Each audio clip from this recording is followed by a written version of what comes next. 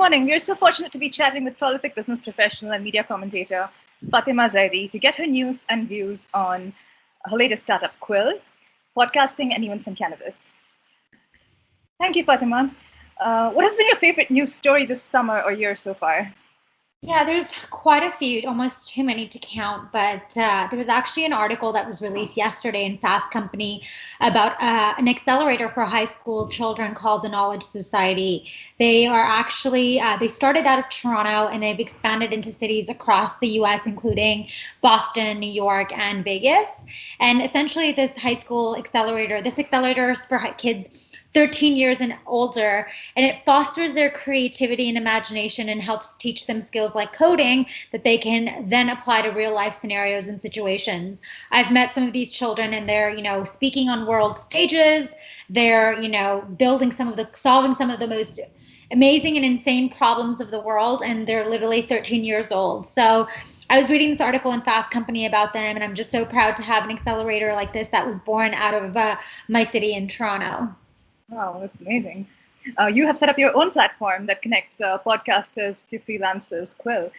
Please tell us something all about it and what research you've been doing to scope this market and connect freelancers with podcasters, and how you're going to use this research. For sure. So, Quill, I'm a huge podcast consumer. I'm like the target audience for like the listeners on podcasts. I'm a millennial professional, and the way that I consume content is through audio. And so I've been a huge podcast junkie forever since I can remember. And the thing that fascinates me about the podcasting space is how engaged the community is. The conversion rates from an advertising standpoint can be as high as 61%, which is pretty crazy considering traditional advertising is only 1% to 2%. And so this space has fascinated me for a really long time. And coming from an agency background, I'm always looking for new ways that we can create revenue streams, but also add value to our clients. And podcast marketing has been a really big avenue for us. And also, I don't no longer think podcasting is a fad. So I've started looking deeper and deeper into this space, and Quill was born out of a necessity because so many people reach out to me on a daily basis who want to start a podcast or have an existing podcast and need resources, but they don't know who to go to because it's such a new and early category. And so I decided that I was going to create the world's first marketplace that connects people who want to create new shows or who have existing shows and podcasts who are looking for expert vetted freelancers who can support them in any services that they need, whether it's research or scripting or production or studio rental equipment or marketing and biz dev. Whatever services they need, they'll be able to find on Quill's marketplace. And what are the plans for later this year? So we're looking to launch. We actually are just completed development. We're looking to launch sometime early fall, and then we'll also be having our first conference this spring in Santa Monica, LA. The conference is going to the theme of the conference is going to be how to monetize on your podcasts and what resources you can be using. We're just in the middle of securing all of our sponsors and headliners, but it's going to be our first thought leadership event, and we're really excited about it. Are listeners just more interactive on this medium, or why does podcasting enjoy this intimate and personal listenership, and that makes it different from other mediums? Yeah, I would say that the nature of podcasts is inherently very intimate. People tune in, week after week to listen to the same host who they end up building a relationship with. They're almost like mega influencers, in my opinion. And so in turn, they've built these relationships with these hosts, and these hosts can really control the messaging and the types of ads that they want to promote on their show. And, because you've built this one-sided relationship with the host, you trust their product recommendations and their opinions. And so for that reason alone, the community is very engaged.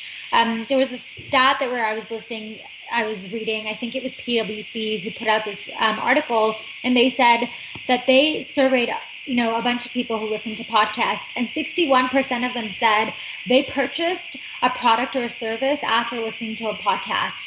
And so 61%, that number is huge, because when we look at traditional advertising like TV or print or ads, the conversion rate is between 1% and 2%. So even though podcasting is a new category, the marketing efforts are huge because, the engagement is so high, the conversions are so high. And that is why companies like Warby Parker and Endy and Casper and HelloFresh that target millennials are moving really, really aggressively into podcast advertising. Are the businesses you're working with realizing the importance of this, and what challenges are they facing when adopting a podcasting or audio strategy? For sure. Just in the States alone, 37% of the population listens to podcasts. And, there's currently, I believe, 300 million episodes produced and 2,000 new podcasts starting every week. And, I think based on those numbers and those stats, the year after year growth has been 20%. And I think because of those stats and numbers, yeah, definitely people are starting to realize, including clients and companies, that they need to do more and more to get in front of millennial professionals. By the year 2020, we're going to account for 75% of the workforce. And if you want to be reaching these people, you need to learn their patterns, their behavior. How are they consuming content? How are they consuming audio? And the more and more we look at stats, it's educated affluent millennial professionals that listen to podcasts. And because the engagement is so high, there's no way that companies and brands are going to be avoiding this as a medium and a tactic. In fact, more and more companies are looking to create their own branded podcasts and own a particular topic that they can chat about every week. Any big challenges that you're finding that are common across businesses trying to develop this strategy? There's a lot of challenges, first and foremost, because it's a new category and a new industry, there's not a lot of competition and there's there are not a lot of resources. Currently, if you look at the amount of podcasting companies out there, most of them are playing in the ad revenue space, but there's not a lot of resources for podcasters themselves. It's hard for podcasters to monetize on their shows unless they are like in the category or bucket where they have hundreds of thousands of listeners, which it obviously takes time to get up to that point. So how do they pay for these services? How do they get support? It's obviously a lot of hours and a huge time commitment. So I find that from a resourcing standpoint, there's not a lot of support, which is why we started Quill. We didn't want to be just another, advertised cast or Gimlet where we were creating branded podcasts or where we were, filling ad slots for people. There's a lot of players in that space. We wanted to work directly with podcasters to support them in starting and growing their audience. On audio versus video, do you think lends to more distracted consumption? And do you think podcasters who are doing video are finding it more difficult or easier to break through with their audiences? Definitely both. I think video is super engaging and a huge medium from the way people consume content. And I think marrying the two is like the best approach. So there's a new trend in podcasts called audiograms, where people combine audio and video. It's actually a service that we hope to be offering on our platform as well. It's for podcasters that want to add a video component to their show, just to increase their level of engagement and activity and interaction with their listeners. And I think it's a really great and innovative way of marrying both visual and audio. And what do you think about the rise of smart devices in this whole podcasting category, as well as how is it indicative of our lifestyle? Do you think we're getting poorer or richer?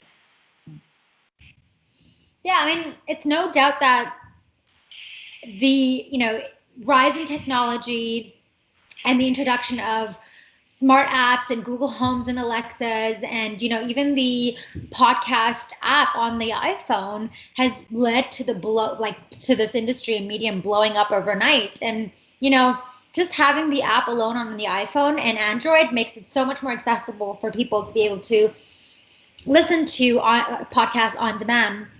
And I find that along with, technology blowing up and like smart apps and technology advancing, that's probably directly correlated to podcasts that have been around for decades.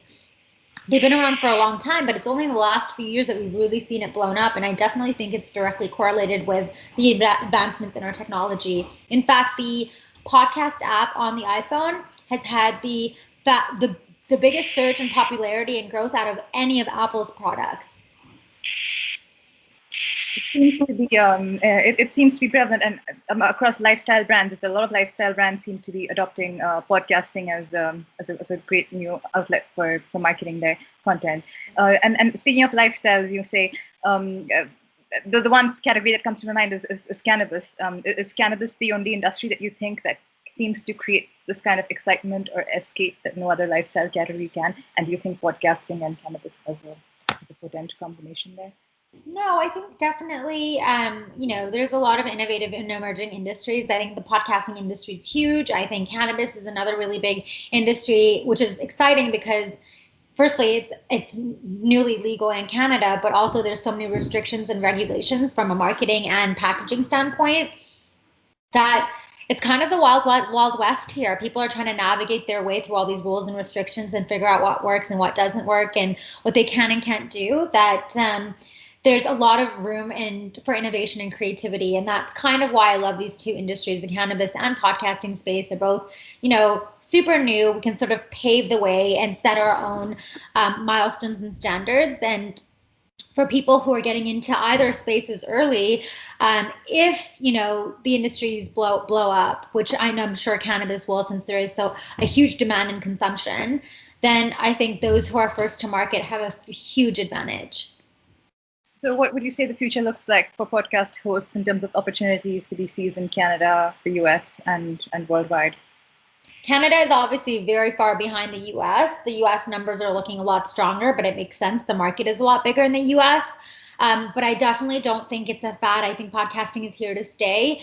And the numbers speak for itself, and so do the data. I think the future is more and more companies. It's going to be more and more B2B companies focusing on creating their own branded podcasts and owning a particular message or niche category within their industry. And then I think more and more consumers are going to be looking to do side hustles and passion projects on whatever topic that they're interested in, And I think it's going to be a space that you have to put out really good content so that you can differentiate yourself from all the noise in the space. But I think it's here to stay.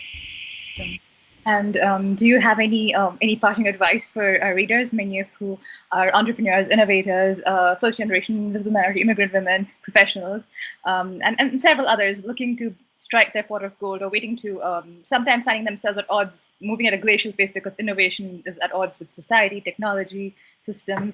What kind of paths do you think should people chart today for themselves? Yeah. Well, there's a couple pieces of advice that I think really resonate with me. I mean, the first is I recommend people starting early on in their careers to learn on somebody else's dime. I've always wanted to be an entrepreneur, but I spent the last 10 years working with other entrepreneurs, working very closely with them, learning the ins and outs of startup life, how to be an entrepreneur, resilience, how to build something from the ground up. And then now I'm in a place in my life where I feel like I've had enough experience where a lot of those skills are transferable. So I don't feel like I'm starting from scratch. And the other thing that I would really recommend to people is, as a salesperson, I find a lot of people develop a fear of rejection. This industry, the nature of this business is to be resilient and to constantly keep putting yourself back out there.